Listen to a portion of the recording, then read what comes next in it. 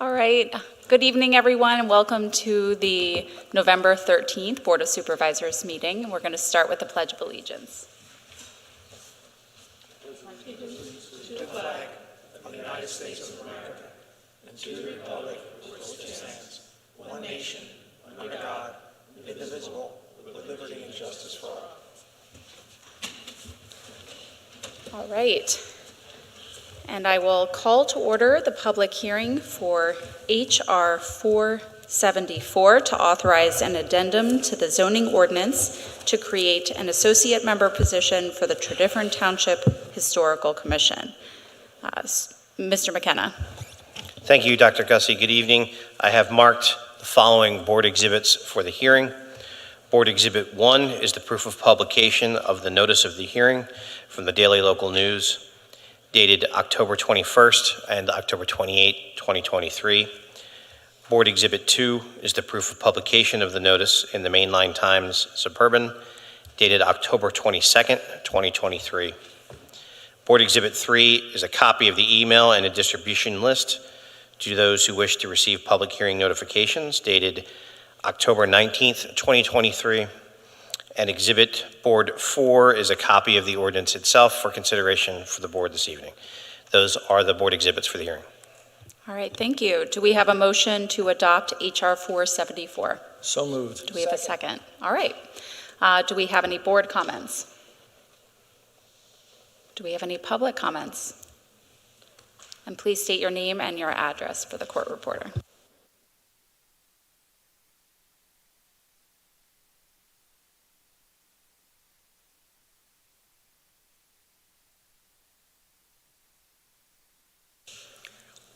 Technology. Good evening. My name is Robert Williams. I live at 226 West Valley Road in the Stratford area. I also serve as the chair of the Historical Commission, for which this expansion of our membership is proposed. The reason we're looking forward to having associate members is we expect the need for more volunteers. We are going to be publishing soon a strategic plan for preservation for the township. We're in the midst of planning our 2024 work plan, and we are going to have plenty of work to do next year, and we've seen the success of the EAC and their associates program, so we're going to piggyback on that, and we look very much forward to having this additional capacity. I do want to thank Solicitor McKenna, the staff, in particular Robert Emanuel for helping us, and Ms. McPherson for advancing this.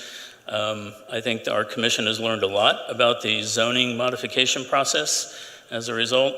And then lastly, I do want to thank Supervisor Freed, who's been helping us throughout, getting us to understand the many steps and getting us to this end zone here. So thank you. Thank you. Do we have any other public questions or comments? All right, hearing none, this is a roll call vote. Supervisor Miller. Aye. Supervisor Humble. Aye. Supervisor Holt. Aye. Supervisor Wysocki. Aye. And Supervisor Basker. Aye. And I vote aye. Motion carries. And I will adjourn the public hearing and call to order the public meeting. We have a couple of announcements tonight. In observance of Thanksgiving, township offices will close at 2 p.m. on Wednesday, November 22nd, and will be closed Thursday and Friday, November 23rd and 24th. Join us for the annual tree lighting in Wilson Farm Park on Saturday, December 2nd at 5 p.m. All right, and we move to the approval of minutes. Do we have a motion to approve the minutes of the November 1st, 2023 public meeting? So moved. Do we have a second? All in favor say aye. Aye. Aye. Anyone opposed? Motion carries. Moving to township business, the board met prior to this meeting to discuss legal matters. And we have supervisor liaison reports tonight. And we'll start with Supervisor Miller. Thank you very much. First, I'd like to acknowledge Lindsay Andruzzi, who served on the zoning hearing board, was appointed zoning hearing board in 2015 and served for 7.5 years. In that role, Lindsay helped enforce our zoning ordinances and steer development in our township. Volunteers are critical to the functioning of our township. I want to thank Lindsay for her service to our residents. The zoning hearing board met on 10/26. We discussed 711 West Lancaster Avenue. It's in a C1 district, and they wanted to put in a commercial building, commercial use on the ground floor, and then have residential above, and that was approved by the zoning hearing board. Their next meeting is this Wednesday at 7 p.m. Thank you. Thank you. Supervisor Humble. Thank you, Chair Gussie. The Parks and Recreation Board met this last Wednesday of last week. It was actually a rather fast meeting. We did discuss a situation that's been coming up in mail to the supervisors recently, and that was the situation of deer in the township and deer in the parks. And we want to assure everybody that the township does contract with hunters every single year who help to cull the herd. So if deer are more prevalent in one area this year than in others, I don't know what to attribute that to, but the township is working very hard to cull the deer that they can get to.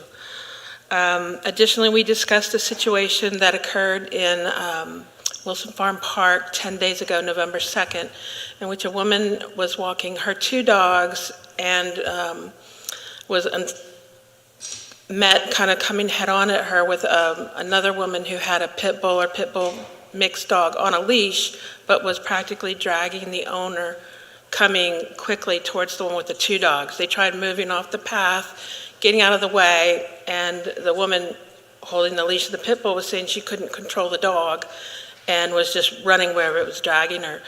So the lady did try to run from it, and she fell and tore some ligaments before the other lady finally got control of her own dog. So we do want to, warn people to continue to be on the lookout. This lady did report it to the police, which is how we know about it, and ask that people who do own dogs, to, please do their best to have control of their dogs, and know they can control their dog before they come out to the parks or walk along the streets. So additionally, we have a full program of winter rec starting on December 2nd. All the counselors have been hired, so we're ready to go, and we're very pleased about that. They're held for 10 weeks, every Saturday morning from 8 a.m. to 12 p.m. at Valley Forge Elementary School. There's still spaces open if you want to try to get your children involved. Both my boys did it, and it's a terrific program. The next meeting of Parks and Rec Board will be on Wednesday, January 10th, 2024. Thank you. Thank you. Supervisor Holt. Good evening. I have a motion to appoint George Yu and Gregory Kelleher to the Libraries Foundation Board. We'd be happy to have them and welcome them in their support of our libraries. We have a motion. Do we have a second? So moved. All right. We have a motion and a second. Any other board comments? Yes, I just thought I would make a quick explanation. The Tredeffrin Library Foundation is an independent 501c3 organization from the Library Board of Trustees. However, and their goal is to raise funds for the Tredeffrin Public Libraries. Their rules basically say that members of the board, they appoint them, but then we have to confirm them. So this is the confirmation by the Board of Supervisors of the new members of the Foundation Board. And I certainly would like to thank them for volunteering to step up. Thank you. Any other board comments? Any public comments or questions? All right, hearing none, all in favor say aye. Aye. Anyone opposed? Motion carries. Do you have anything else to report? All right, Supervisor Wysocki. Nothing this evening. The next meeting of the Planning Commission is this Thursday evening, November 16. Thanks. Supervisor Basker. Okay, so I will make up for the brevity of the others' reports by giving you a long report, because I have several. So the Environmental Advisory Council met on October 24th, and these are the highlights. There was a review of the Roots Festival. The Roots Festival was successful as the main fundraising event for the EAC. It was well organized, the weather cooperated, and everyone had fun. The gift baskets that we had this year were very popular, so we'll probably continue that next year. There was a discussion about the plastic film collection process. You've probably seen the collection boxes outside here and outside the library. And basically, the bags and plastic films that people put in there are picked up by volunteers and then taken to Wegmans at King of Prussia for recycling. So there was some brainstorming about how we do a regular pickup and how we do scheduling and how we scale up that operation. And then the EAC will send a letter about citing concerns about synthetic turf to the school board, to the Easttown EAC, and local parent organizations. Both the fall rain garden installations went well, and the EAC hopes to do 3 in the spring. And owing to scheduling conflicts, 2 of the 2024 meetings on the normal EAC schedule have been moved, so the April meeting will occur on April the 14th rather than the 24th, and the November meeting will be moved to December 3rd. At the next meeting on Tuesday, November 28th, the EAC plans to brainstorm on how to improve EAC outreach to the community, so please do come with your ideas. The Library Board of Trustees met on Monday, October 30th, and the inside repair work by the contractor at the Stratford Library is complete. Outside work on the HVAC awaits the arrival of heating equipment, which should come this month, and hopefully it'll be in time for the heating. And there's also a 70-ton chiller that is expected in February, and that should come in time for next summer. And there is a new makerspace in the library. The construction is ongoing, and it's on track for an opening in early 2024.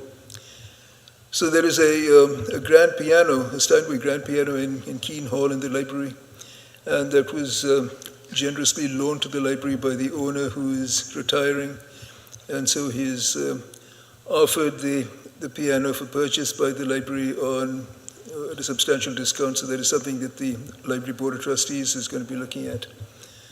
Otherwise, in terms of circulation, print material circulation continues to grow, although e-material circulation continues to grow faster yet, though it's still between 30 and 40% of the print material circulation. And programming also continues to grow. Now, the next meeting will take place December 7th at the Stratford Library.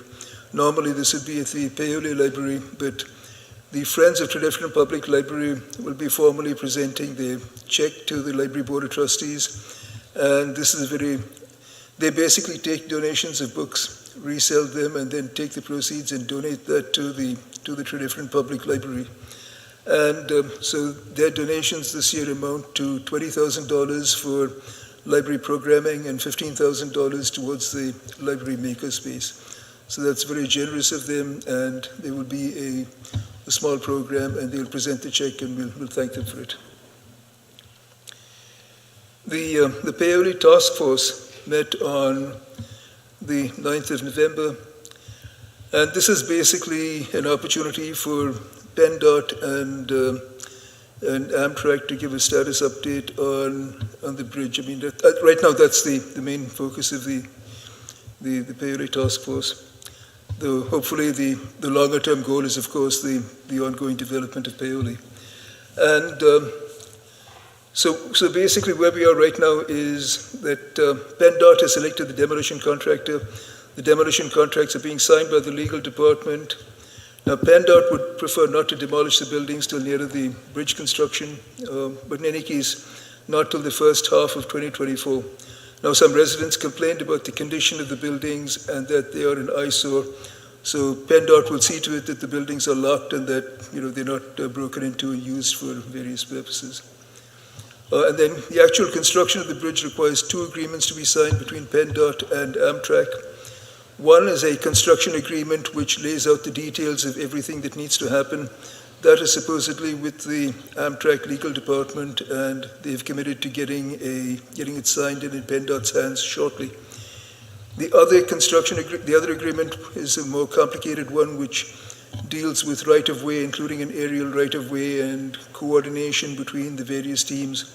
And Amtrak does not contract out that work because of the complexity of what's needed for managing their signaling and their operations. So they only have one team which is trained and able to do bridge construction projects. So supposedly even if the agreements are signed, the construction is not likely to happen until they finish their current project. So what we're trying to do is nail down 4 dates for meetings in 2024. And by nailing down the meetings in advance, we're trying to get commitments to make sure that everyone actually shows up at the meetings and that we get some updated status reports. And that certainly is a change from the last few years. So that's my report. Thank you, Dr. Gussie. All right, thank you. Now we are going to move on to an EAC presentation on composting. Tracy Viola, will you come on up?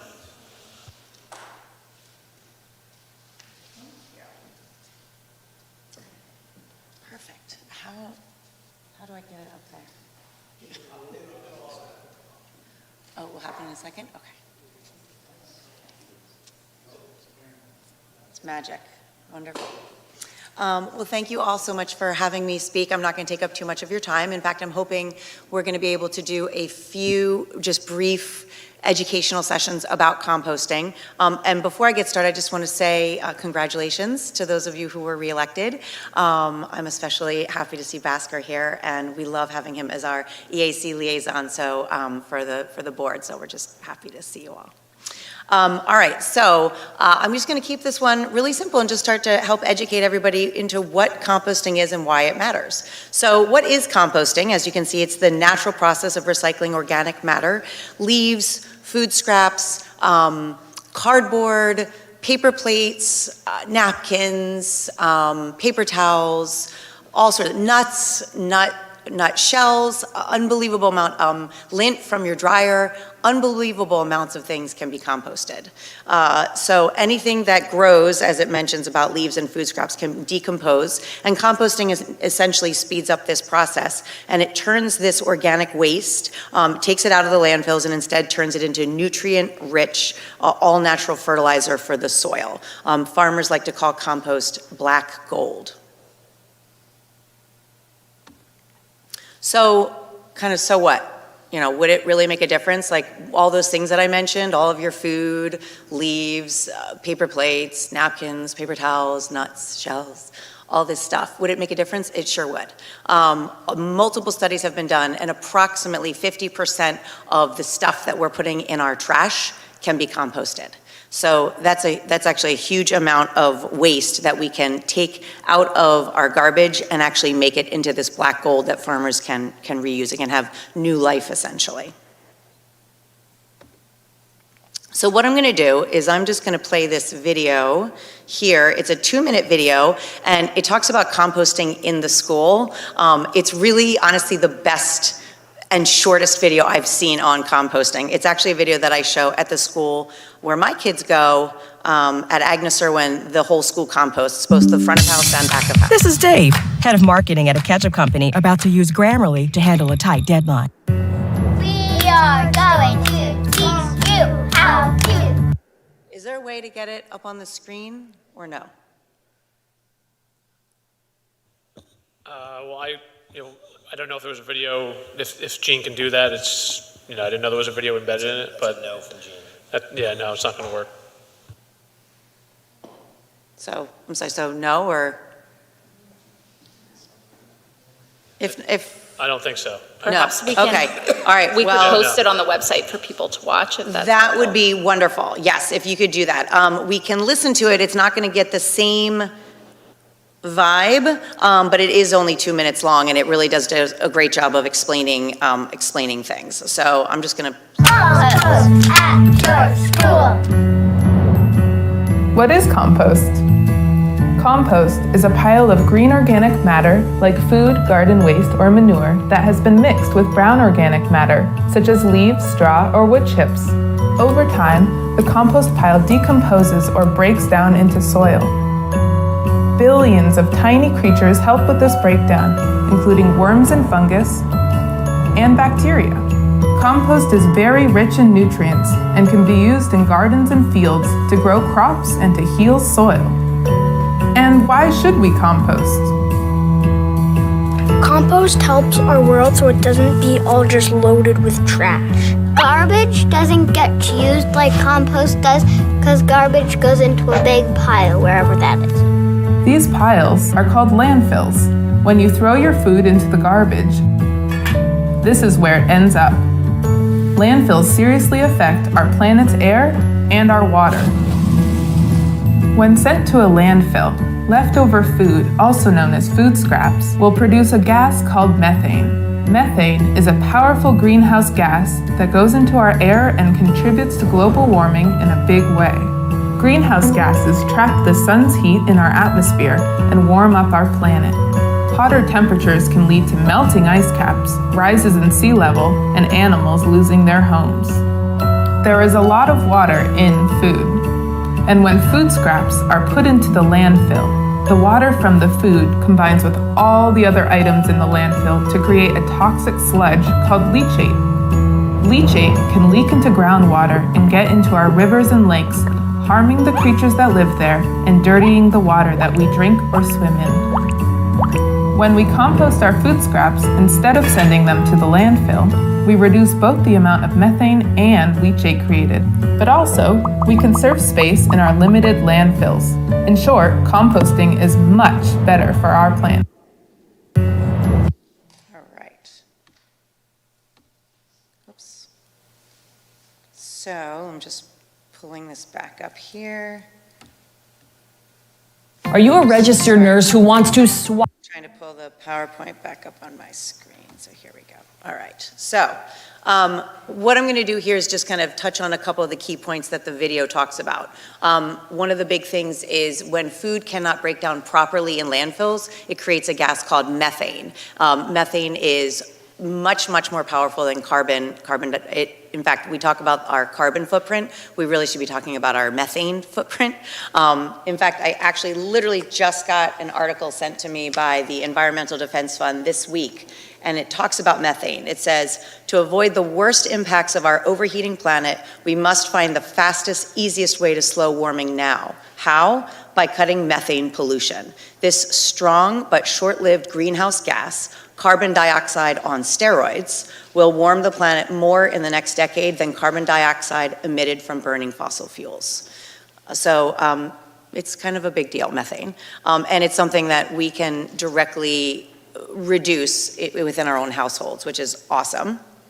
As far as leachate, so I kind of have this image of methane goes up when food can't break down properly, leachate goes down. So because our food is made of a lot of water, a lot of liquid, and then it mixes with rainwater that goes into the landfill, it can seep down into the ground and then of course go into our waterways and into the fish that we're eating and into the water that we're drinking. So both of these are bad. Additionally, why composting is so important is number 3, lastly, we can actually start to heal our soil. So we can take all this black gold, all this good stuff that we can make from all of our leftover food and scraps and leaves and all that stuff and heal our soil, put it back onto the soil. There was a study that was done regarding some different fresh fruits and vegetables, finding that over the last, we'll say, what is that, approximately 20-some years, 30 years, different levels of calcium and iron and vitamin A and vitamin C have dropped a significant amount in different fresh fruits and vegetables. And I don't know about you guys, but if I'm gonna like suffer and eat the broccoli, I want it to be like the best it can be for my body, and I'm positive my kids feel the same way because we eat a lot of broccoli in our house. So all in all, this is a huge step that we can take individually. Restaurants are starting to do this a lot more. My school does it, and we can do it within the households. Just taking it a little bit more locally, this is a reference from the Pennsylvania Department of Environmental Protection. They did a huge study, about 200-page report, and here's one example specific to Pennsylvania residential and commercial trash. I circled the items that are absolutely compostable. There's other items in here that are also compostable. For example, number 6 under residential animal byproducts are technically compostable, but nonetheless, I tried to be very specific and found that for both residential waste and commercial waste, approximately 40% of all of our Pennsylvania waste is compostable. So if I did this math, that means that if we composted 46% of our Pennsylvania waste, we would divert 2.8 million tons of trash. 5,700,000 pounds of trash diverted from landfills just for Pennsylvania. So it's a big deal. So I'm a big fan of quotes. One of my favorite quotes, little by little becomes a lot. We don't need a handful of people doing zero waste perfectly. We need millions of people doing it imperfectly. And a favorite of mine, Maya Angelou, when you know better, you do better. And now that we know better, I'm going to ask for all of us to do a little bit better. And there is one service example that I'm aware of, I believe, and this is one that I just happen to have data for. I believe there's another service available in our township. I believe it's called Back to Earth composting. But these different services offer service for both residences and commercial businesses to help them get started in composting. So anyway, if you want more information, visit mothercompost.com or backtoearth.com and learn more about how you as residents or businesses can get more involved in reducing methane, reducing leachate, and healing our soil. So thank you very much. Thanks so much. Do any board members have any comments or questions for Tracy? Do we have any public questions or comments? And I did have a question, looking at this. Does Mother, and maybe you said this and I missed it because I was busy reading everything on it, but does Mother Compost pick up compost from persons' homes?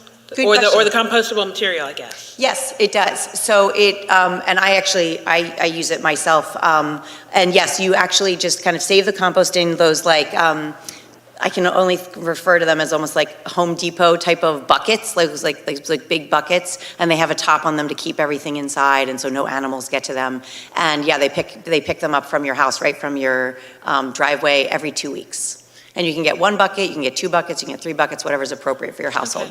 Okay. I do have a home composter, and I have a pretty big garden, but like all the stuff we generate over a year, I mean, that would just overwhelm us. I mean, we can't compost everything. It really, yeah, it can. On the chart, it said food waste. It said residential and commercial food waste is compostable, so I'm just asking for a clarification.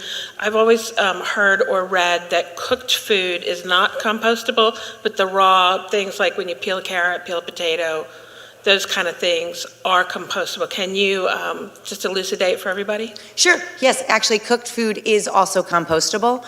Mother Compost, and just because I know them specifically, I know that Back to Earth Composting also does similar services, but Mother Compost, if you're in a residence, it does not like to take meat and cheese products, and they mostly don't take those because they're worried about like rodents or animals or stink kind of happening to your compost, but they do take that from commercial. So for example, at my kids' school, which for all of the back of house, the kitchen, they take everything. They take meat, cheese, everything, just because of how it's housed, I guess how it's stored. But for residences, they don't want to cause any issues with, smell or animals trying to come and see what you're keeping in that bin. But no, cooked food, raw food, all compostable. But again, they just do not ask you, they ask you not to put meat or cheese in for Thank you. Personal compost. Yep.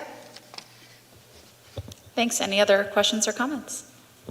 All right, well, thank you so much. Thank you. I think this is great, important education for everyone. Excellent. Thank you for having me. All right. All right, moving on in the agenda. Do we have a motion to approve the letter of support for Mount Zion Church Keystone Grant application? Mr. Martin. Thank you, Madam Chair, members of the board. As I corresponded to you, I think last week or 2 weeks ago, the Mount Zion Church had applied, I guess in 2021, we did a letter of support for a similar application. They're going again for another Keystone grant for a stained glass window replacement application. So we did sign the letter of support tonight. It's just a formality to authorize my signature on that letter of support. Sounds like a great program. I know they've applied before, so hopefully they will be successful. Happy to answer any questions. Thank you. Do we have So moved. all right, do we have a second? Second. Any board comments or questions? Do we have any public comments or questions? Hi. Oh, this one works. Rob Williams, 226 West Valley Road, Chair of the Historical Commission. Thank you. This is a great initiative. I want to thank the township for speedily working on this. It was turned around in 2 business days. And as Manager Martin mentioned, this is the second grant that we can apply for because we have this certified local government designation in the state, which bumps up the application in the grading for this kind of award. I will say the first $35,000 is spent, the windows are in, and as I understand it, the church will have an opening for the public at some point, but in the meantime, if you drive by at night, you can see these beautiful stained glass windows that the township helped support and restore that church to some of its original beauty. Thank you. Thank you. Any other comments or questions? All right, hearing none, all in favor say aye. Aye. Anyone opposed? Motion carries. Next, we have a motion to approve the Brandywine Valley SPCA agreement, and this is Superintendent Beatty. Thank you, Chair Gussie. The township has been utilizing the services of the Brandywine Valley SPCA for stray dogs and full animal services. For the last 5 years was the last agreement. Every 5 years they re-up it. They've recently updated their agreements with the Chester County municipalities and have set the fee schedules that will cover from January 1st, 2024 through 12/31/29. It's my understanding that a group of the Chester County Township managers met and investigated the SPCA and got their answers, questioned some of their answers on the fee increases prior to the changes. The fees for services are identified in the police operating budget for stray animals in our proposed budget for 2024. The attachment is pretty big and voluminous. On behalf of the township, I'm requesting authorization to approve this for the 2024 to 29 agreement to continue a relationship with the Brandywine Valley SPCA to provide the township with the services identified in the Animal Protective Division full service contract. Available for any questions that I can answer. Thank you. Can you just share with us how much the pricing's gone up, or the fees have gone up? The last agreement was $1,721 a month. This agreement's going to be $5,700, or not a month, for the year. $1,721, and it's going to be $5,700. All right, do we have a motion? So moved. Do we have a second? Second. All right, any other board comments or questions? I do. I'm not happy with the service that Brandywine Valley SPCA has been providing to the township. This specifically goes back to an issue or several issues that occurred in May and June earlier this year, in which a resident here had gotten a dog from Brandywine SPCA that was a pit bull or pit bull mix, and the dog was very aggressive, and over the course of about 4 weeks had attacked 4 people in the township and had severely mauled 2 dogs. And this is that I know of and what was reported through to the police. And in Brandywine then, because they represent the township and them managing these dogs, I think they really, I don't want to say dragged their heels so much as they were very reluctant to declare anything about these dogs and really gave so much of a second chance for the same dog. And clearly the dog had problems and it was put down at the end of June. But to me, there's a conflict of interest because they're providing these dogs out to the public. And my last look at their website was that 80% of the dogs that they are marketing and offering here are pit bulls. They call them American Staffordshire Terrier, which is the same thing as a pit bull, or pit bull mixes, which they often will cloak the reality of what they are by just calling them mixed breed, which is legal for them to call it a mixed breed, but you can tell just looking at them, they have that classic pit bull look. And the dogs mainly range from ages 2 to 3. I'm curious as to why there's so many pit bulls in that age group, where they came from, were they taken from abusive situations, and then that's what's being offered in this area to people to adopt these dogs. And I'm not saying all pit bulls are bad. I know I have friends and neighbors who have some, and some of them are really delightful dogs.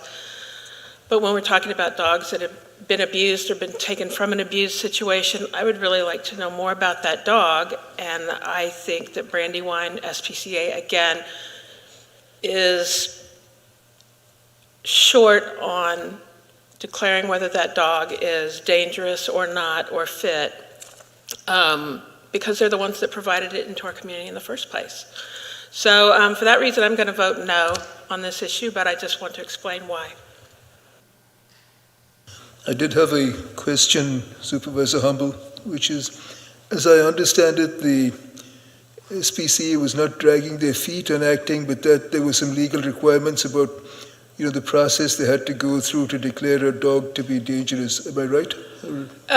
Yeah, the dog was put down before it could legally be declared dangerous, but going back to like after the first 1 or 2 events, they could do more, I think, in holding the owners responsible, or, I can pull up that history for you, but to me, I was astounded by how long it took.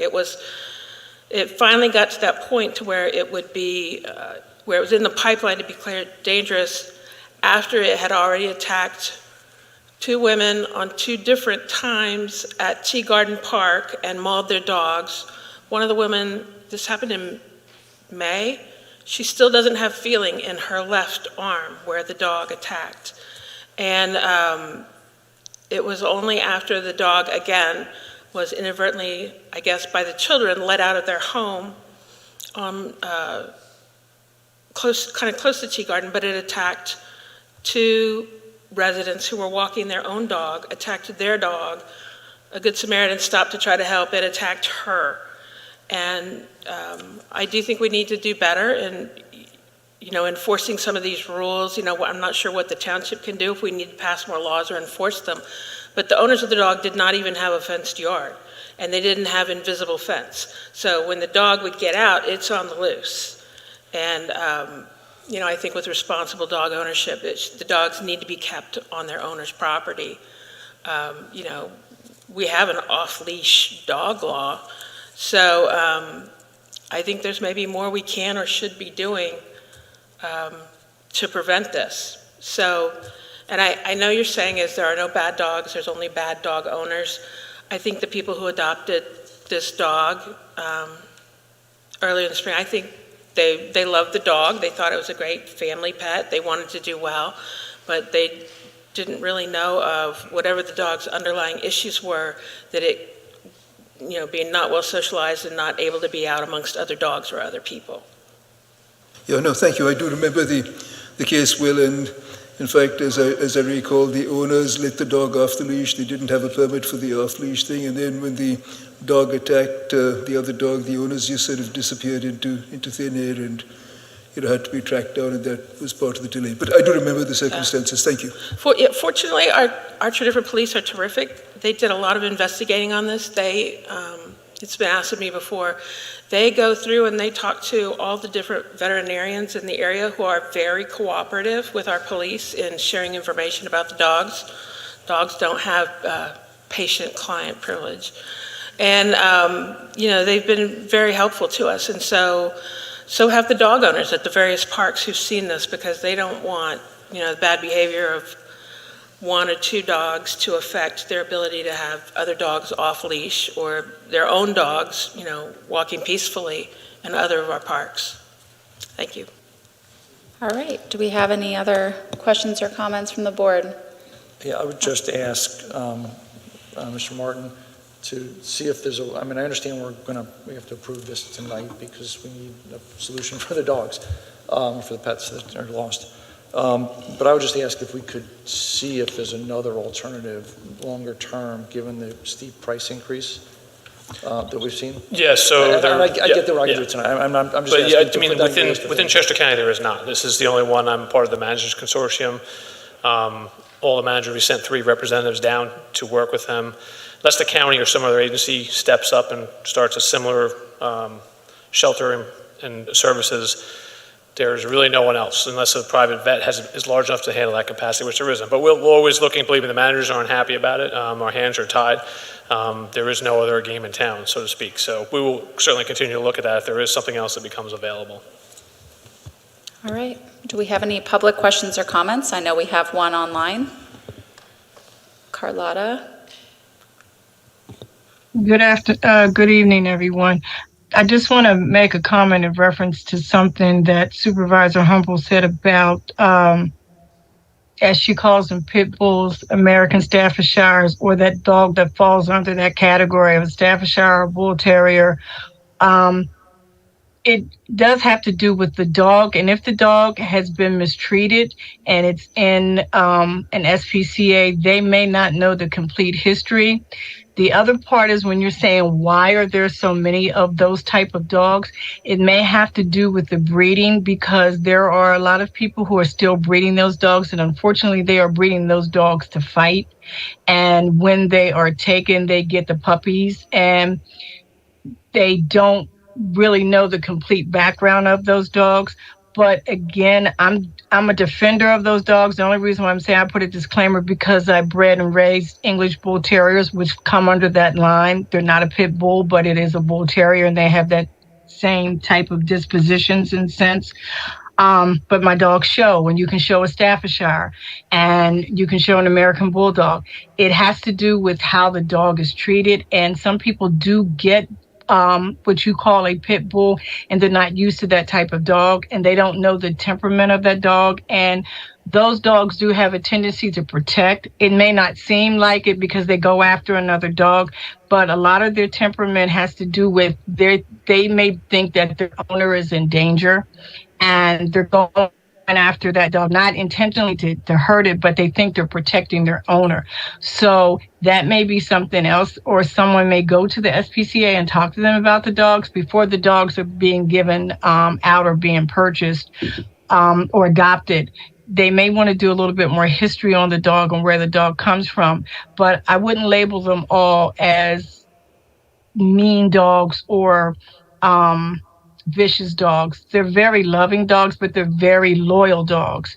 And if they come from a bad environment, that's all they know. And they may have to stay at the SPCA longer, and they may have to go through a training longer, but I wouldn't put a bad label on all of them. That's just my own opinion. May I reply? Just to be clear, Carlotta, I'm not saying they're all bad. I'm just saying, as you stated yourself, so many are raised for fighting or come from abusive situations. Those are the dogs that are about in the age range of 2 to 3 years old. I realize that a lot of this has to do with how the dogs are treated before they're put up for adoption, but also I want to state quite clearly that my viewpoint is people first, and I'm more concerned first about the safety of the people with these dogs than I am about the dogs themselves. Thank you. right. And I do understand that, Sharon. I'm for that too, the safety of the people, but I just don't think the dogs all should get a bad rap either. Maybe it's something that maybe if this is the SPCA that you're going to continue to use in Brandywine, maybe there may be more conversation with them in reference to that type of a dog. Maybe someone needs to come in and work with them with those types of dogs. That's what I'm just saying. No, people do come first, but I don't want the dogs to also suffer because of 1 or 2 dogs that may do something. Thank you. All right, do we have any other public questions or comments about this contract? All right, then we will move to the vote. All in favor, say aye. Aye. Anyone opposed? Aye. All right, motion carries. Now we will move to the motion to approve the sale of used vehicles and equipment. Mr. Duraco. Thank you, Madam Chair, members of the board. Tonight we're seeking authorization for the sale of the items listed in the memo. The total sale was about $24,000. Happy to answer any questions. Thank you. First, do we have a motion? So moved. Do we have a second? Second. Any board questions or comments? Any public questions or comments? All right, hearing none, all in favor say aye. Aye. Anyone opposed? Motion carries. Next, we have a motion to authorize the advertisement for the sale of TV production equipment through Municipid. Mr. Duraco. Thank you, Madam Chair. We're seeking an authorization. Gene has been going through the studio, and we have excess stuff that we can get rid of, so we're looking to put it on Municipid. Do we have a motion? So moved. Do we have a second? Second. Any board questions or comments? Any public questions or comments? All right, hearing none, all in favor say aye. Aye. Anyone opposed? Motion carries. Next, we have a motion to approve the developer agreement, financial security agreement, and stormwater best management practices O&M agreement from ABH Builders, Inc. for a subdivision land development plan for 958 Mount Pleasant Avenue. Mr. McKenna. Thank you, Dr. Gussie. This was a two-lot subdivision and land development on Mount Pleasant Avenue that was approved by the Planning Commission in June of this year. The agreements are your standard form of agreements. They've actually been done for some time, but we were waiting to receive the original letter of credit from the applicant, which we have now have in hand, as well as executed documents. So we're asking the board to approve the agreements so that the plans can get recorded and the construction permits can be applied for and construction can begin. All right, thank you. Do we have a motion? So moved. Do we have a second? Second. Any board comments? Yeah, I have one question. Is there any land or any piece of this that's going to be dedicated to the township at the end of the project? I don't know if there's any right-of-way for Mount Pleasant. That would be the only thing. No, there is not.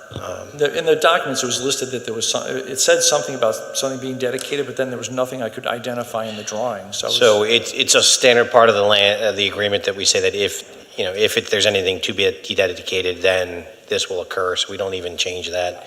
But in this case, no, there's nothing to be dedicated or offered for dedication. Any other questions or comments from the board? Yes, a question. This was already approved by the zoning hearing board, correct? It was. Right, they did need a special exception for, it's a twin home. Got it, thank you. All right, do we have any citizen questions or comments about this? All right, hearing none, all in favor say aye. Aye. Anyone opposed? Motion carries. All right, now we will move to the 2024 final budget discussion. Mr. Duraco. Thank you, Madam Chair, members of the board.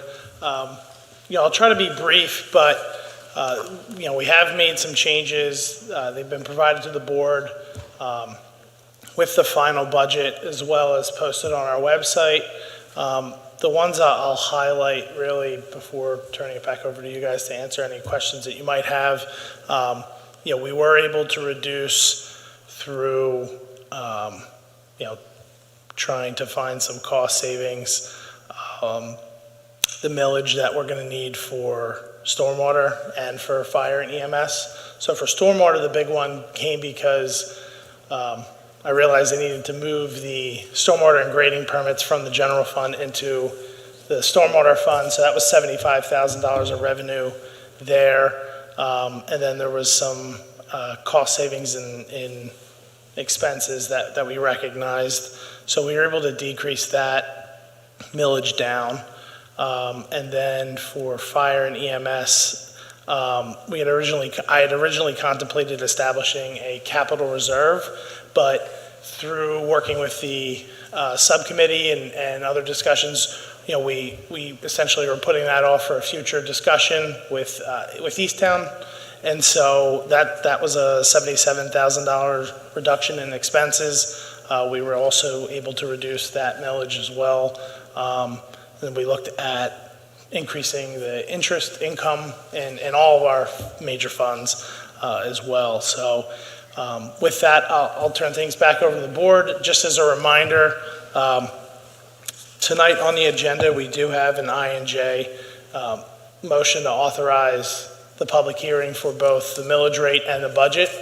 So once the board makes the motion, and assuming, we get this approved, we have to advertise, and we won't be able to make any more changes to the budget without having to reauthorize an advertisement, which then will mean a special meeting sometime between most likely Christmas and New Year's. But again, just wanted to lay that out in case anybody had any questions about process from here on forward. Thank you. Thank you. And with those changes, what is the kind of end of the day impact on taxes for our residents for the average tax bill? We reduced the by or percent or whatever. It's about 4.9. It was just under 5% reduction for fire and EMS in terms of millage, and a little over 3% reduction in stormwater percentage. All right, do we have any board questions or comments? So Joe, do you know what the actual average tax would be for the fire or for the stormwater? I know the old fire tax increase on average was $141. Is it just multiply that by 0.95? Is that the answer? I'm just trying to open it right now. Yeah, of please. course. I think I don't people have want to know. internet. No, I know. I think people just No, I want to know. have it. I do have it. Give me 1 second. I should be able to pull it up. I think it's just good for us to know what the.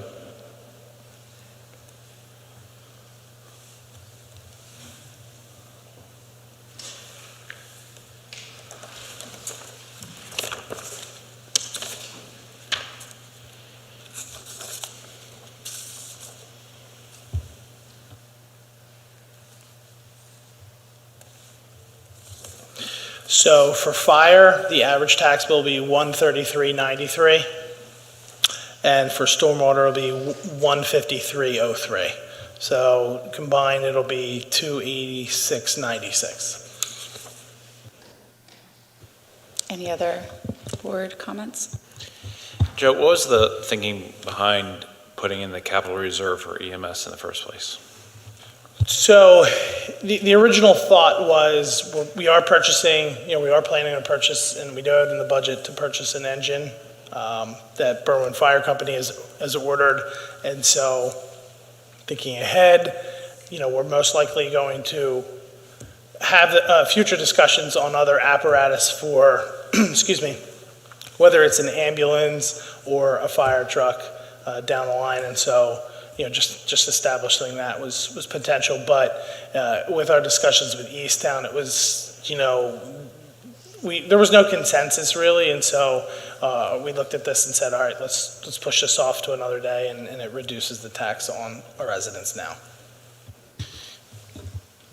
But eventually we're going to be having a capital fund for EMS. That would be my recommendation. I think down the line, I think the other way to look at this is that, once we have our, fire administrator on board, I think sitting down with them, having them see both fire companies already have essentially a capital replacement plan like we do.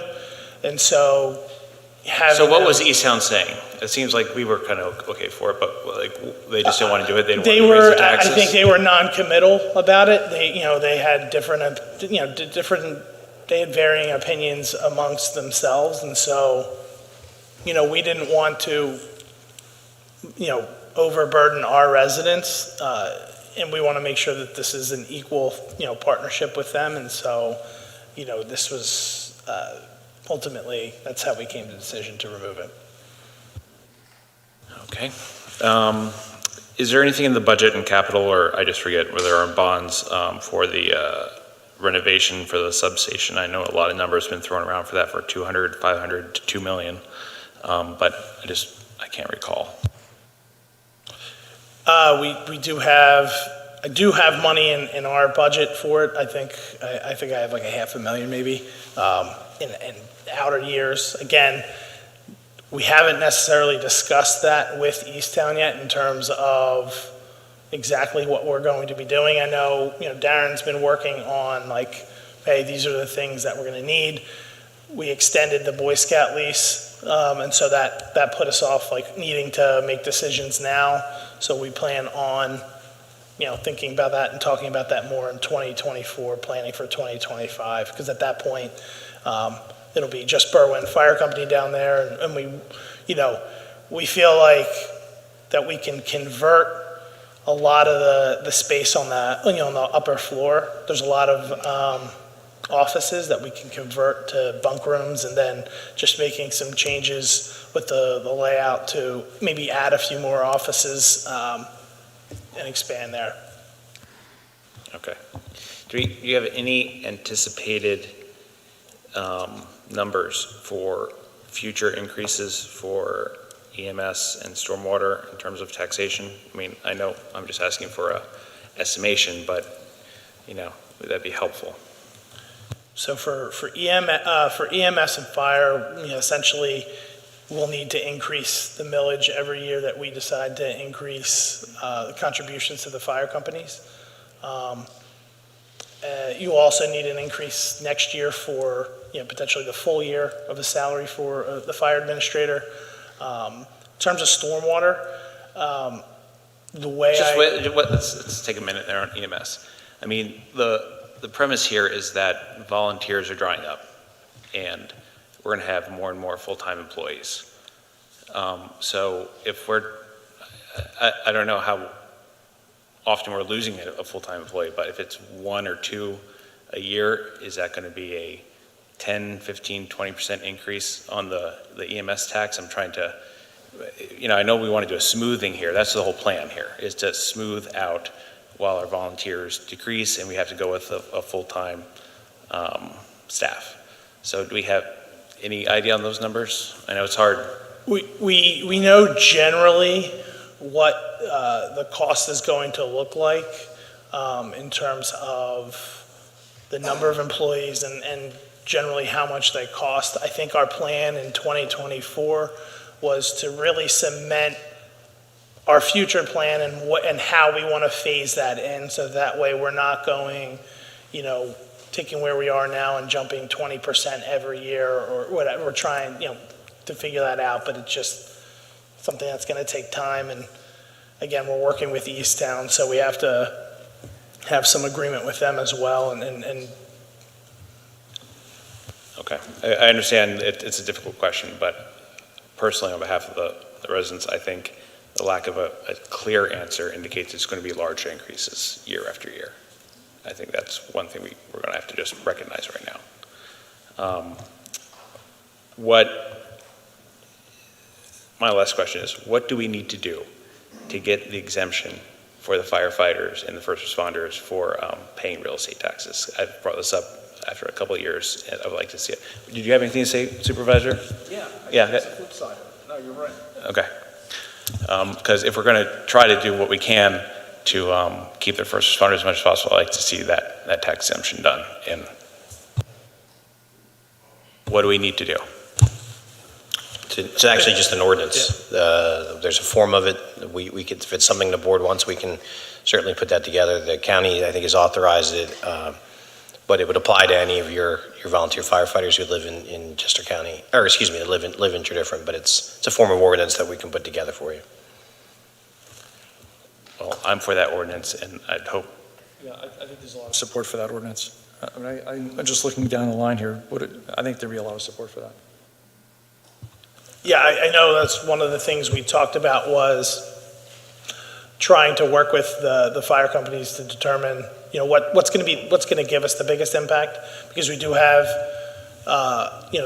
presumably there can be volunteers who don't own homes, and so you don't necessarily, again, it's a policy decision at the end of the day, but how do we make sure that they're also, getting some benefit from it as well? And so I think that's something that Bill and I and Darren can work with the fire subcommittee and push this forward quickly. Well, Joe, I think that's a really good point. I think Matt is bringing up a good point. I think your additional information is really helpful also. I think the fire subcommittee should put this on our list as a pretty high priority item to pursue.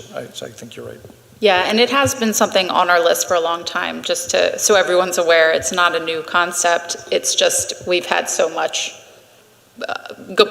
more important things on our agenda each time that it just hasn't reached the finish line, but we can certainly make that a priority. Chair Gussie, also along that line, we also, in terms of a tax benefit to the volunteers, one of the issues was, where do you get the bang from the buck? Do you get the bang from the buck maybe from a stipend and also helping out folks who don't own homes?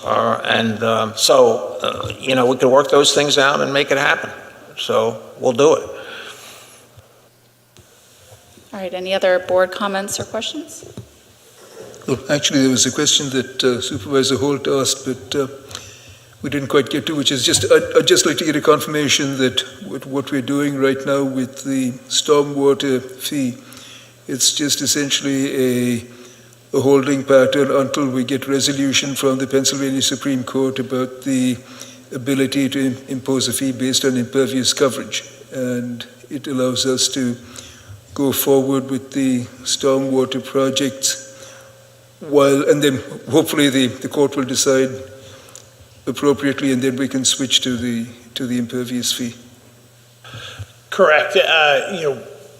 Assuming no change in the near future, when I was looking at the budget and trying to determine what the millage rate was, part of that planning includes, establishing a capital reserve for that, for stormwater. And so, I hope that I don't have to come back and raise that millage rate very often. I'm trying, that seems a little bit better, but it really depends on numerous factors. Again, what are we looking at in terms of our experience with expenditures? We've been lucky. We were lucky this year. Knock on wood, we didn't have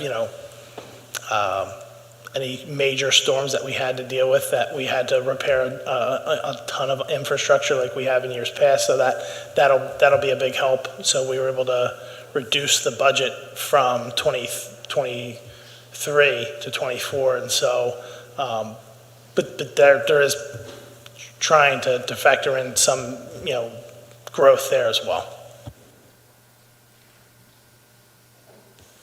All right.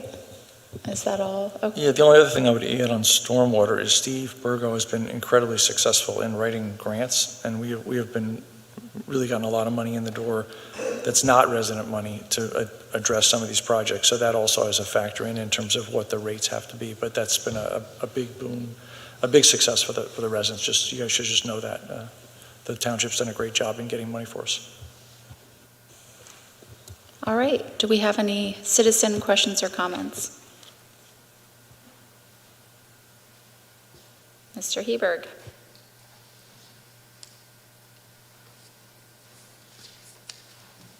Good evening, everybody. Good to see you. Mike Heberg from Berwyn. I guess I was going to be brief, but maybe not so brief. Mr. Holt raised some good questions about the EMS situation, and I think they get to, there was one thing that struck me in the discussion, and that is, it seems like we're making decisions, especially as it applies to the two facilities, the Bridge Street station, Bridge Avenue station, as well as the substation, that aren't necessarily in concert with what appears to be the resignation that at least the Berwyn Fire Company is moving towards a staff that has relatively very few volunteers. So it seems to me that if you have a paid staff, you may need a different facility, a functional facility that would be different than the type of facility you'd need if you were going to have a staff that was heavily volunteers. So during our consultant study, I know that he looked at the plans for the building with the different structures in mind and actually made some modifications based on that. And that is something we would certainly think about when we're actually looking at Valley Forge Road. Because, at the end of the day, these are places where if people are getting paid to work, it's a little different than if people are volunteering to work in terms of the amenities that you would offer and so forth. And so it appears that the situation with the old Boy Scout property is still in a state of flux to some degree. And there's a lot of unknowns that I think we're at a fork in the road where we're getting ready to make some really big dollar commitments. And I'm not altogether sure that, a lot of analysis has been done and there's more analysis to be done. And beyond that, you've got to get the buy-in from Easttown as well. And so those are some comments around facilities. The other thing that I would note is that it is certain that the fire tax will go up probably next year. I mean, if you add a fire administrator and the fact that you're not reserving for capital, but you know you're going to need capital, the fire tax is going to go up. There's no question about it. The stormwater tax is a different matter, and there may be the ability to manage that better, but inflationary cost increases, you're going to still have to give raises to people who work there, and that's an issue. And certainly I would commend the staff, Bill and Joe and Aaron and Darren and Steve, who work hard to get grants, but that can't fill all the holes. But they do a good job, no question, in making sure that it's not all township money. And getting to that, the expense control aspect, which I've talked to you all about at a couple prior meetings. I mean, there were a couple tweaks, but we're still at 10% expense increases in the general fund comparing 2024 to 2023. That's 10%. It's $2 million more being expected to be spent in 24 than was spent in 23 from the general fund just to operate the place, okay? So if you go up another 2% next year, I mean, I have not seen any real appetite to really look at the expenses with the mindset of what do we really need to do to provide the services here in this township. Let's put emergency service and stormwater aside for the moment, and those will be, there will be improvements in service there, but those are being dealt with separately. So, we've got police, libraries, all the various functions, public works, all those. It's like, are we going to do things a lot better for that extra 10%? And I haven't really heard any discussion that there's going to be a qualitative difference or improvement in the service, and we're going to spend 10% more. And just think about this. If you add $2 million next year, if they grow the same amount, that's a 20% increase in the basic real estate tax. 20%. So if you get a 10, 15, 20% increase in the basic real estate tax, you get a big bump in the fire tax because you're going to have a full-time administrator. That's the other thing. You're going to have an administrator for a full year, and you can be certain that the administrator is going to find ways to spend more money. He's not going to come in there and say, everything's fine here, you don't need to spend anything more in order to. So, I think the residents should be expecting that next year, it's going to be easily a double-digit tax increase.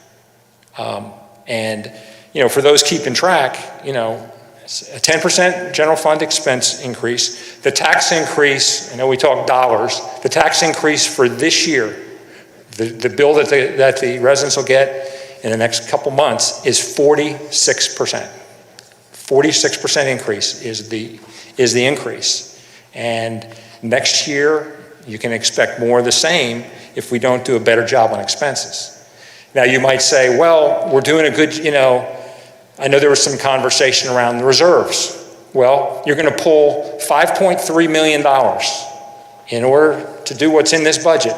Not only are you raising taxes 46%, you're taking $5.3 million from the township savings accounts, from the reserve accounts, which is probably 25% of all the money we have in the bank in 1 year.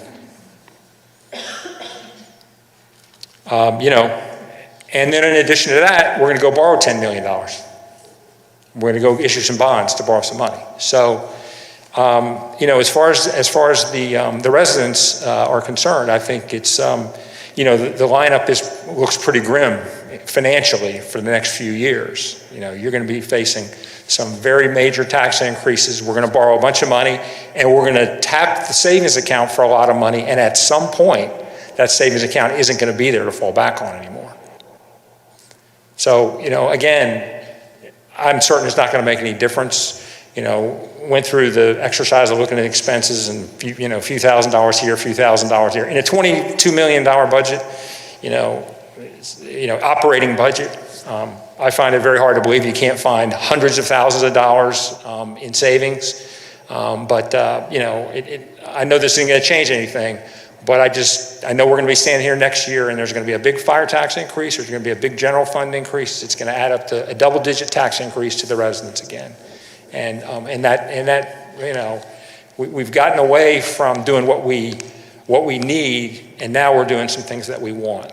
And the residents, unfortunately, pay for that. I mean, the residents are going to pay $1.5 million for new vehicles in 2024, most of which is to replace cars we already have and trucks we already have that we could make last a little bit longer because they're not falling apart, evidence the repair and maintenance budget. But I appreciate you listening. Thank you very much. I'll disappear for a few months, but hope everybody has a good Thanksgiving. Thank you. I'll just say that I disagree that these are not things. I think public safety, stormwater, fire, EMS are very important things and are underfunded. Ms. Clark. I would just throw in 2 bits worth. Over the last 2 months, I have probably knocked on, I'm guessing somewhere around 500 doors in this township, in my district. And obviously many of the residents were not there when I knocked on their doors, but I did get to talk to some of them. And I tried to make it a point to ask what their concerns were. And if anyone would care to guess how many of them actually mentioned taxes as their concern? 2. And I talked to them in more detail, and one of them was concerned about school taxes, and I had to sort of educate him about the fact that school taxes are different from township municipal taxes. And the other resident, again, had received a text message about the taxes, and I explained, I said, this is what we're doing with regard to stormwater, and this is what we try to do with regard to emergency services. This is why the emergency services costs are going up, because we're moving from... So anyway, went through the explanation. I don't need to go through it again. And at the end of it, what the resident said is, I'm never happy about paying more taxes, but I understand what you try to do. So anyway, that's kind of where I am. Ms. Clark.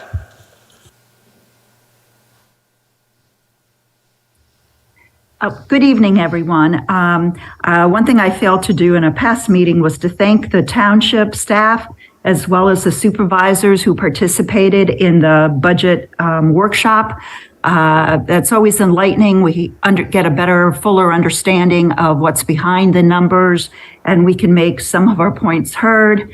So thank you very much for allowing us to meet then. One thing fell through the cracks and I didn't realize and pick up on, but it's a minor nit. But I have a question about our general fund. Why do the false alarm revenues still go into the general fund and not into the EMS budget revenues? It's like $25,000, but that seems to be an expense for the EMS folks. There's a component of it that is for the general fund, and then it's a small portion that gets paid out to the fire companies. Okay, thank you. But I figured it was mostly the fire department or EMS tracking those things and should be getting the lion's share of that in return for doing that. I'm moving on to the next point. Mr. Heberg was more eloquent than I, but I remained a little bit disappointed that we weren't able to find additional expense savings in the general fund. I go about looking at the budget a little bit differently, but I feel that when I looked at it, I see we're moving approximately $1.3 million of expenses out of the general fund over to the EMS fund, and I'm not including the $400,000 in the pass-through of the state funding for them. So when I look at that, they're left a hole of what I would say 1.3 million. I made a mistake like the last meeting that I spoke because I was including the stormwater fund, so it's a little less. So it's about $1.3 million. And I was hoping that we get sort of a tax break in the general fund because expenses were going down by such a large amount. Now, I do realize that there are some expenses that we can say are pretty hard expenses that we're facing: salary increases, benefit increases, pension increases, professional services. We might have been able to adjust some of that.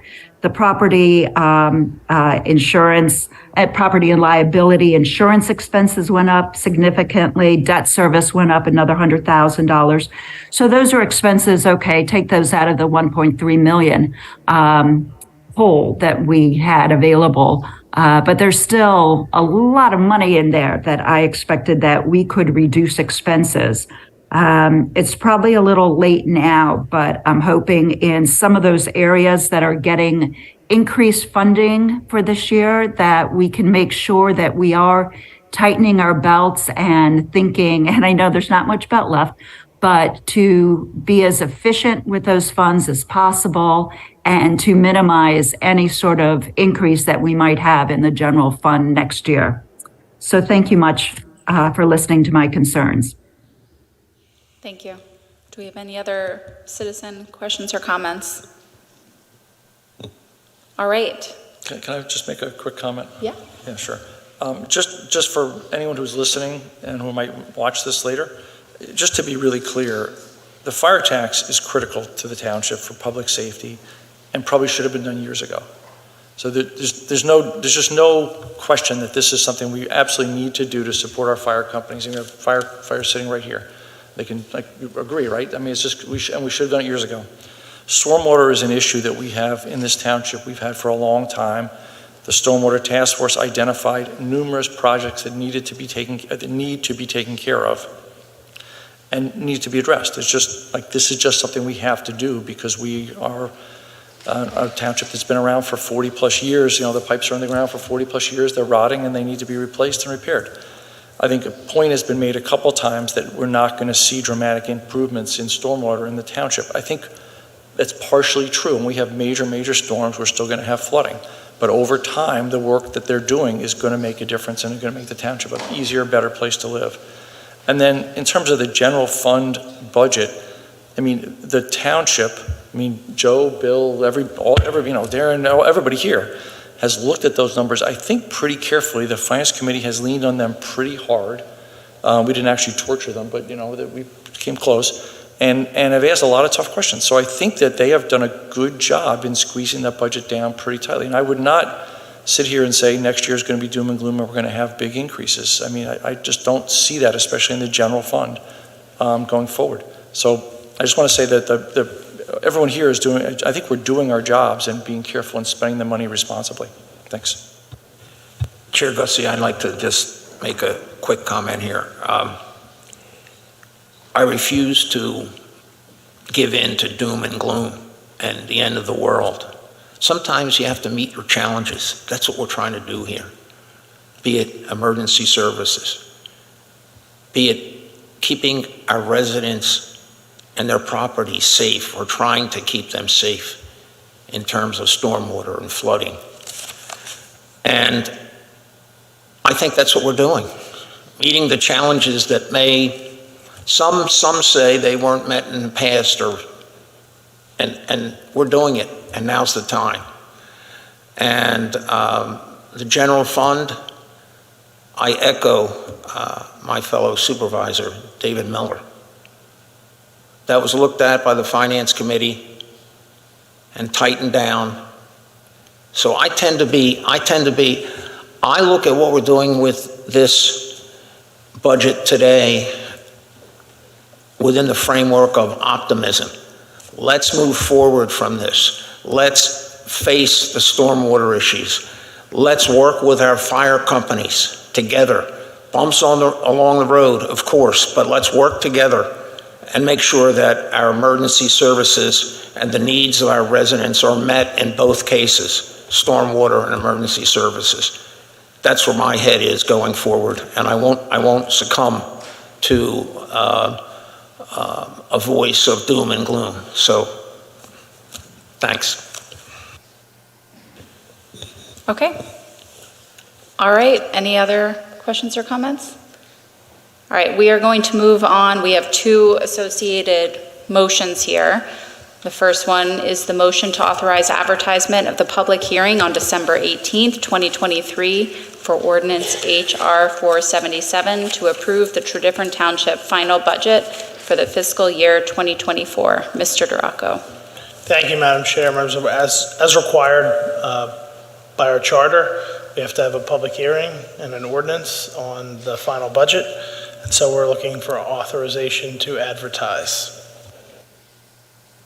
All right, do we have a motion? So moved. Do we have a second? Second. Do we need any more discussion? Any comments? Any public questions or comments on this? All right, hearing none, all in favor say aye. Aye. Anyone opposed? No. Motion carries. Next, we have a motion to authorize advertisement of the public hearing on December 18th, 2023 for ordinance HR 478, fixing the rate of taxation for real estate in Tredyffrin Township to 2.682 mils for fiscal year 2024. Mr. Duraco. Thank you, Madam Chair. This is also required by the charter. I do want to point out that the 2.682 mils in the motion is just for the general fund. The stormwater millage will be 0.657 mils, and the emergency services millage will be 0.575 mils. Happy to answer any questions. So does that mean that in the actual ordinance, it only the general fund is in there? The ordinance properly has all three listed. All right, do we have a motion? So moved. Do we have a second? Any board comments or questions? Any public comments or questions? All right, hearing none, all in favor say aye. Aye. Anyone opposed? No. Motion carries. All right, do we have any board member new matters tonight? Do we have any citizen new matters tonight? Come on up, state your name and your address. My name is this on? Can you hear me? Okay. My name is Sharon Purser, and I am on Branch Avenue in Berwyn. We are an 18-home community, and 12 of those homes are in Easttown, and 6 of them are in Tredyffrin. And we have a builder who has started the complex some time ago. All of the homes are completely built. There's one home that is not finished. It's constructed, but the interior has not been completed. That home has fallen through sale twice now, and now he's in litigation with that property. And the home, or the builder, Stonehaven Homes, has stopped all work in the development. We've tried to get him to resume, and so far we haven't had any success. We do have a homeowners association who has been working with him to try to get him to cooperate. He did promise that he would have the walking path and all of the other external work complete by the end of November, but that came and went, and now he says there's no date planned for the community. So we have gone to Easttown. We've talked to the town manager there, and we are on the schedule to talk to the commissioners in Easttown next Monday at their meeting. It's our hope that we can get the townships to either motivate the builder to complete the development or to use the funds that are in reserves in both of those two townships to complete the project for us. There are many of us who have been there for 2.5 years, and we still don't have completed roads. We have no lights. We have incomplete walking paths. We have seniors living there who stumble in their unfinished driveways. It's beyond time for us to complete this project. So it's our hope that, I know all of you who have participated in this, whether it's in the development phase or coming out to visit the site, can help us to try to get this project to completion. So I don't know if there are any questions or David, I think I communicated with you about this. So if there's any questions, I'm happy to answer them. But it's our hope that we can work together with Easttown and the Tredyffrin to try to complete this project. It's been 2.5 years, and honestly, we pay a lot of taxes for this development, and it's still not finished. So, Do you think there are like building code violations? Because is it actually unsafe? oh yeah, the walking path is completely unsafe. They've put an orange fence in front of it. There's a huge pit that is a wastewater pit that they said that they did to code, but we've had the township come out and inspect it a couple times, and if any children were to fall into this pit, it really is a hazard. We've asked them to take a look at it. The engineers have come out and looked at it and have asked Stonehaven to go back and try to make it safe. And they've thrown some concepts around, putting bushes around it or some other ideas, but so far nothing has happened. It remains unfinished. The builder continues to tell us that once this one last home is finished, that he will continue, then he'll do the concrete work, he'll do the rest of the trees, he'll install roads and lights, as the last thing before he pulls out of there. But we are all feeling like we're hostage to this builder. And honestly, we do know that there are a lot of liens against these homes, so it's a financial thing. We're starting to see with the builder. So it's our concern that it's more than just his litigation with this one home, that his ability to finish it financially could be a concern. So it's my hope that maybe you could have somebody look at his financials. The Homeowners Association did ask him to provide financials and he refused. So we're kind of stuck. And so we're just looking for help or advice to be able to influence this builder. I know it doesn't happen very often, but when it does, it makes a difference for our community. It's an eyesore, honestly. There's danger involved in it. So my hope is that this brings it to more awareness and that we can find a solution. Thank you. Yeah, thanks for bringing it to our attention. Mr. Burgo, do you have something to say? Or Yeah, I think I was just going to add to, based on the comments that were raised, we certainly are aware. Yes. The township has, the development, I believe, started in 2019 when they started knocking down the old Mac Oil property. Yes. It did have a shutdown for a period of time due to COVID in 2020, so that was kind of at the very start of that project when he started doing construction. We are aware of the issues, especially the ones in Tredyffrin Township. I mean, that's where our, escrowed funds are for the portions. Only a small portion of the units are in Tredyffrin. We have 6, I think, lots in total. Lot number 1 is the unfinished lot. Yes.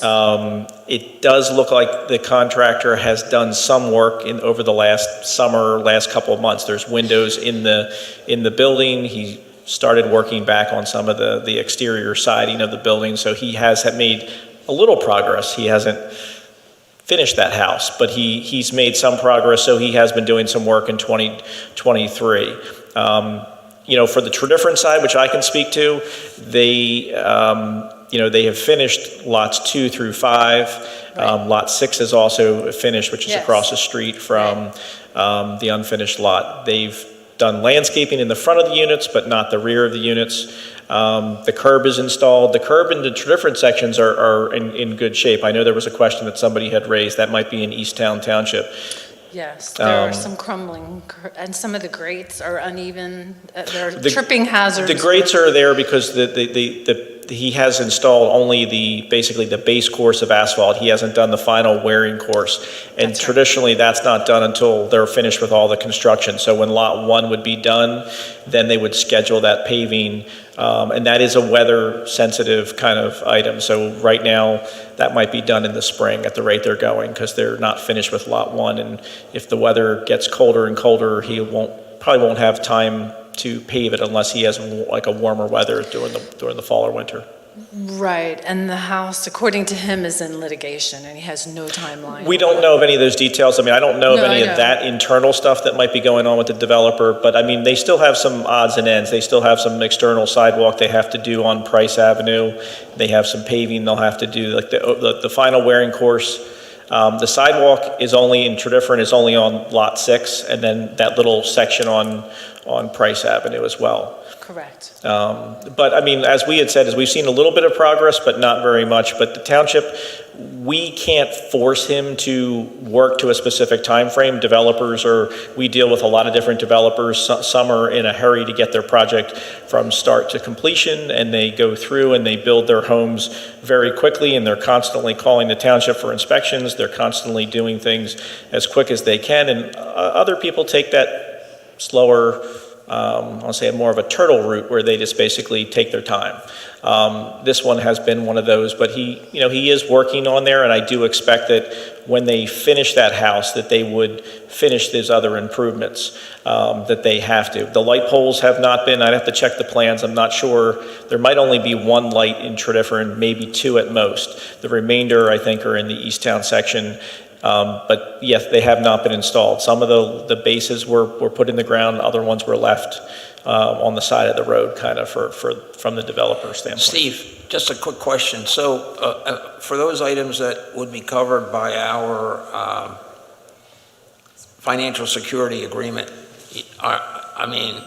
we have that. And we still have, I think, I checked in today, we still have financial security for there's about $84,000 worth of items, and there's some contingency money as well on top of that. So we still have some money for portions in Tredyffrin. The paving I'd have to look at, because the paving is really a shared item between the two different townships. So we don't have enough to pave, the development as wide as covered in the escrow. But Easttown has a escrow as well, so they would have items there. But we still have escrow money, so for some reason, if down the road, if he didn't complete all the items, we still have escrow in Tredyffrin. Easttown has some for Easttown for specific items if it becomes a problem, and those aren't going to be released until that work is completed. Right, but that's the problem. We don't know when it's going to be completed. It's been 2.5 years, and we're still waiting. He's in litigation. There's all signs he's in real financial trouble. So that's a big concern for us as a homeowner community. And for those of us that live in Easttown, our end of everything is complete. So we're waiting for this one house in Tredyffrin to finish, and we can't seem to get any leverage. He's completely non-responsive. He did come before the township manager, Don Curley, last Friday, and he wasn't very forthcoming, I'll just say. Aaron or Steve, would it be useful to send our code inspector there and look for code violations? To see if or just reach out to him and some of the code see issues. what he's doing, because we can't make any heads or tails with them. So I think some of the code issues she was talking about was Easttown again. So we only have our part we can look at, but would that be helpful? Well, we also, just to clarify too, is the township, we check in with him. We have inspectors that we use from consultants who check in on a lot of the land development projects, and this is one of them. Obviously, there's not been a lot happening, so they don't spend a lot of time on this project because there's no real construction that's been going on. But we did, I think it was at the end of October, I asked them to check in with John McGrath and see where he was. So we did actually send him, a notice and saying, hey, we haven't seen any progress in finishing these items. We listed a handful of items that they have in the township, and we said, can you give us a timeline? So far, he responded back that, he's working on items, but we haven't got a specific time frame from him. So we've asked them to continue that dialogue and follow up. We would hope to hear something from John, more substantial in giving us a time frame for when these items would be completed, but we haven't gotten that yet. Okay. So I think one of the things we can do is I can reach out to Mr. Curley, Manager Curley from Easttown, and maybe our solicitor and his can just talk, see what we can do. And certainly they may need to engage legal counsel as well. But hopefully we can talk internally and see what we can do. Obviously, we're the smallest part, so we need Easttown to take the lead on it, but we certainly can try to see what we can facilitate if we can. Okay. Thank you for your help. Thank you. Any other citizen new matters? Yes, hi, good evening. I'm Joanna Fisher. I live at 300 Chase Road in Chesterbrook. There's a number of residents here tonight, and we're sorry, but we're back to discuss the Chase Road property, the swim club. We're here to talk about the demolition permit that's been issued to tear down the Chase Road barn. We are concerned that we are allowing a property owner to tear down a historic barn on a property that the owner does not have a viable plan for. He doesn't even have the proper zoning for his plan. Those were air quotes. There is a strong possibility that the current owner of the property will never achieve his goal for the property. And we will have lost a historic barn so that a builder can further degrade the property and our neighborhood. The Chase Road barn is a perfect example of the agricultural era that our area was known for. Once this barn is torn down, it's gone forever, and its story will be gone, never to be told again. Our township is working toward an ordinance to prevent the loss of historic buildings. We respectfully request a stay on the demolition permit to prevent a loss of a historic barn as yet another act of degrading and bullying our neighborhood in a builder's fight to change the zoning of a property in our township. Thank you. Thank you. Looks like we have another comment. Hello, Claire Lewis, 17 Chateau Circle. I just want to say our community is super appreciative of all the support you've given to us over the last few years around this property. I have a few concerns about the barn and if it actually comes down. It has really deteriorated over the last few years, and I think we need to better hold the developer accountable for what is happening on the property. He hasn't secured the property. There's been a tarp flying off the roof for 5 years. It looks absolutely awful. We've been quite tolerant of that. We don't want to keep badgering the township and complaining about all of the little things that we see. But if the barn does come down, I would really ask you to look at how you're holding the developer accountable for some of the things that he's doing. I'm concerned about toxins coming out into the atmosphere. I don't know if there's asbestos in the building. How on earth they're going to remove the materials from the barn site? When there are kids walking down the street, the roads are very narrow. It's like a nightmare. It's going to be a nightmare for the community. So I don't know if anything can be done. If there's any way that we can put a stay on this demolition, then we would really ask for you to consider that. Thank you very much.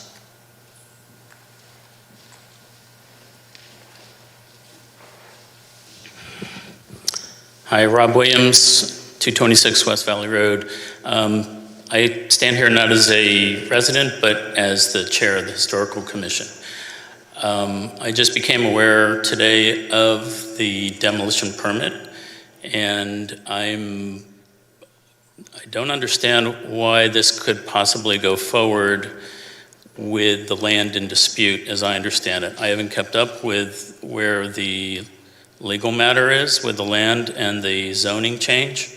But it seems like it's a very, very permanent change to a structure that if the developer is unsuccessful, that we will have lost a resource that, as Ms. Fisher said, is one of the few representations of our agricultural past.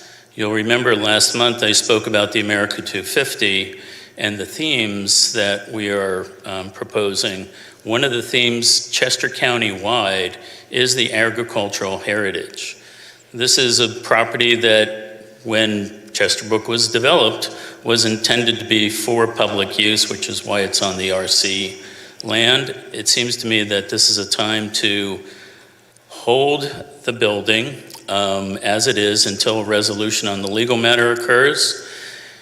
As far as the degradation to the property, the term is demolition by neglect. That's essentially what's happening.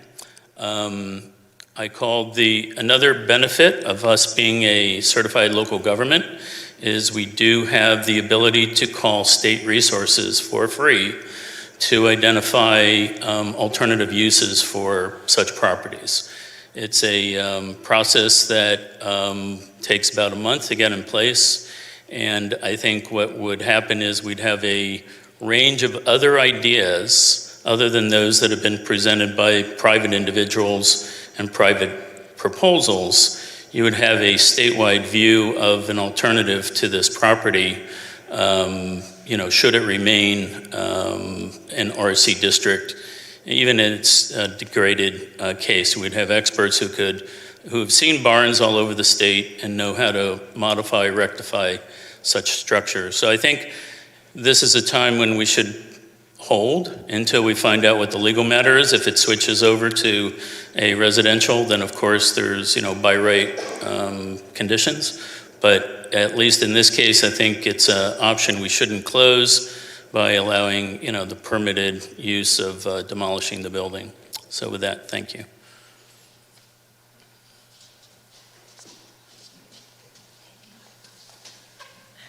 Hey everyone.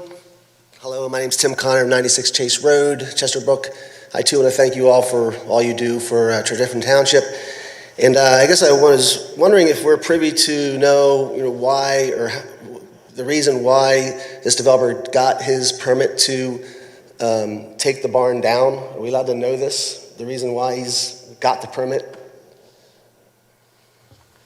He submitted a permit, and it would be private property, so if he, chose to remove the barn from his property, we did notify the Historic Commission as well as the Historic Preservation Society, and they're going to do a little selective removal of things that they felt were appropriate to save. The building is in very poor condition. It did have notices of violation because of that, for property maintenance. We were requiring them to fix the roof because there's issues obviously with the tarp and the roof. They did get a report that it was really unsalvageable, so the route that they chose was demolition. So he's allowed to take that barn down but keep the pool up in that type of condition? That's a total safety hazard. So I guess that's one reason why I'm confused. He can do this, but he can also keep this safety hazard going. And then I guess if the barn does have to come down, as to Ms. Claire's previous acknowledgement, it should be done the right way. There's a lot of rodents. I've got a lot of mice activity now from that house or that barn being, unoccupied for a long time. So there's gonna be a lot of rodents there. So when that thing comes down, those things are gonna scatter everywhere to everyone's houses. So I just hope you keep this developer accountable. If you can have any way to stay this thing, I wish you would do that. Okay, thanks very much. Excuse me, sir. Could you restate your last name? I didn't get that. Tim Connor. C-O-N-N-O-R? C-O-N-N-O-R. Thank you. Mm-hmm.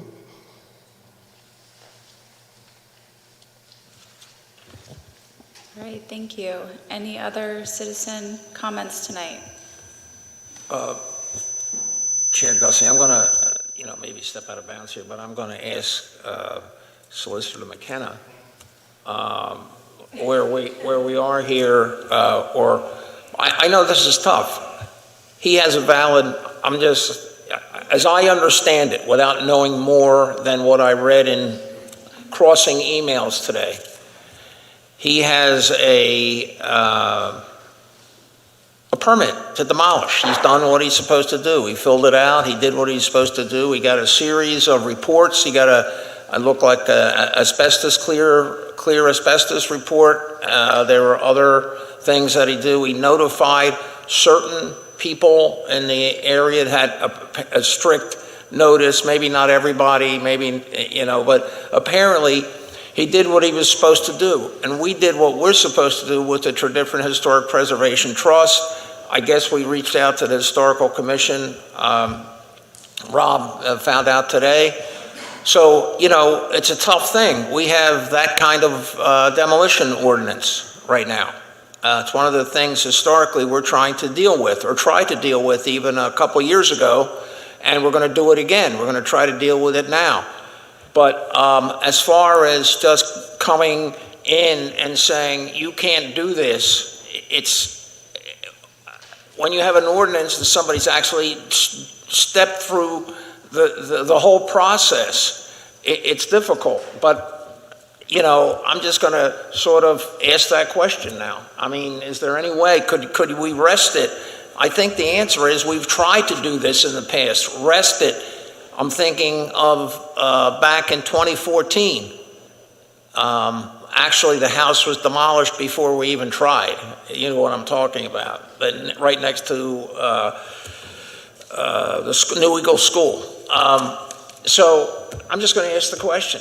I think Aaron pretty much answered the question, which is that unfortunately you don't have any ordinance or mechanism to prevent or delay an application for a demo permit, whether it's for your home, Murph, or whether it's for a historical resource in the township. So the proper mechanism is that a permit application is submitted. There are certain requirements for that the township reviews. Aaron went over much of that. And if it meets those requirements, you're obligated to issue the permit for demolition. We don't have a mechanism for delay. It has to be reviewed and either approved or denied within a certain amount of time, and there has to be a reason for that.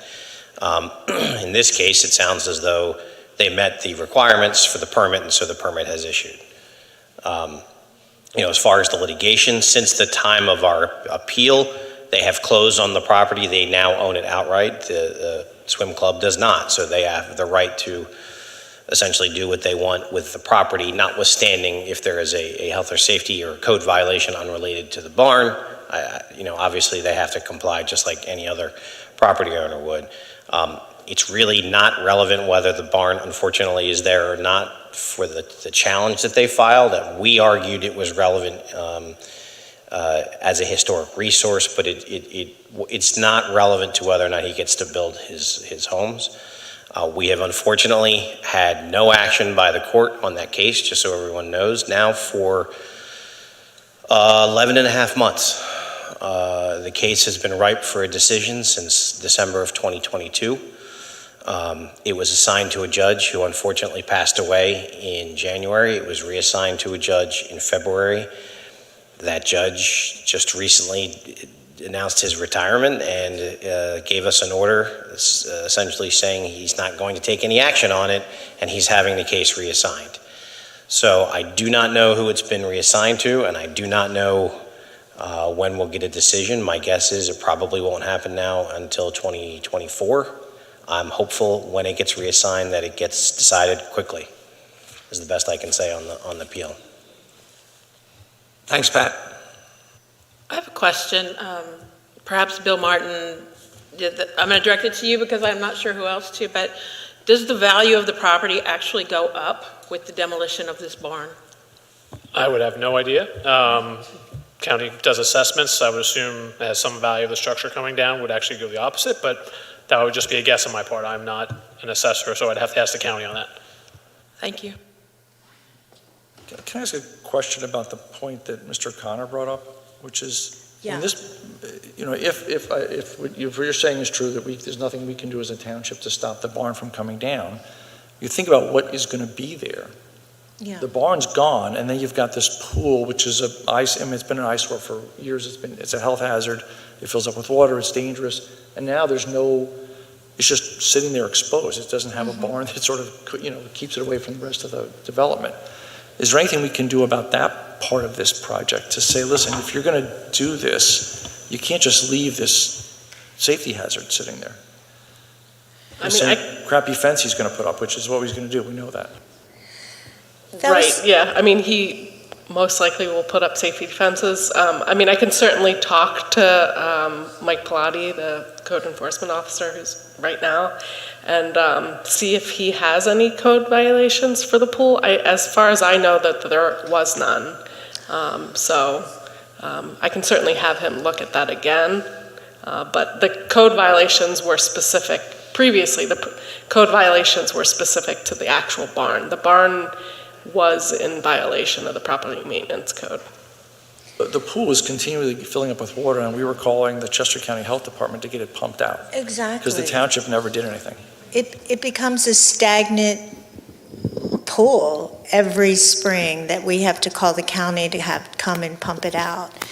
In addition to that, I think we're all feeling like the barn is a pawn in his sort of reducing the neighborhood's, morale.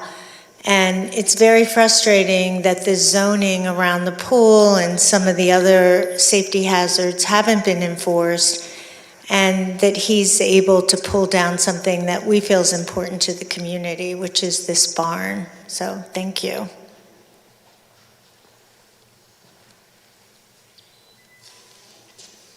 Hello. My name is Susan Rickey. That's R-I-C-C-I. I'm at 303 Head House Court.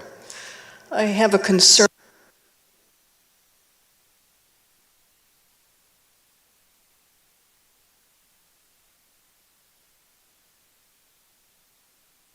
Everything, I guess. Great, thank you. Thank you. Where was it? Okay, my property is diagonally. I can see the barn from my front of my house.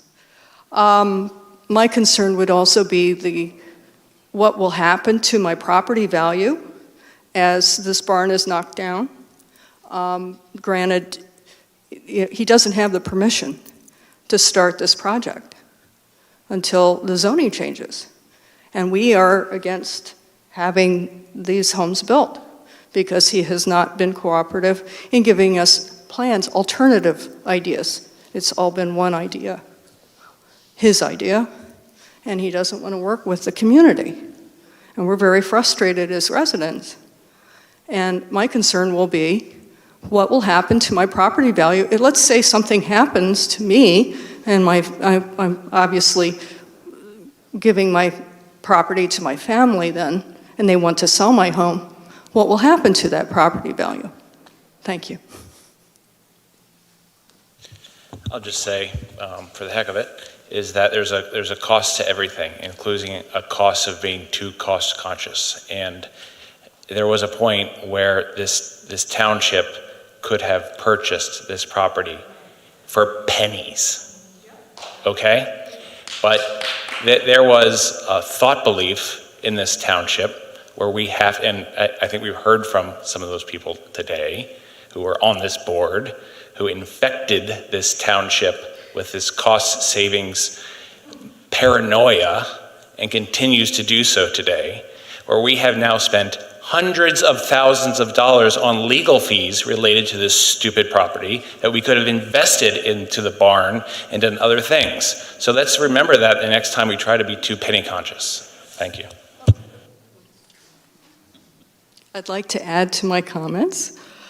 It was interesting that the young lady today was talking about composting. That would be very interesting. That we pride ourselves into Different Township of being a very progressive thinking group, and I think you all are very talented people and very educated group in this room. Why wasn't it proposed that maybe a community garden? Some gardens are, I've been told, actually help the values of properties increase. It also educates the children. It can be used as educational tools as well. And everyone benefits. Thank you.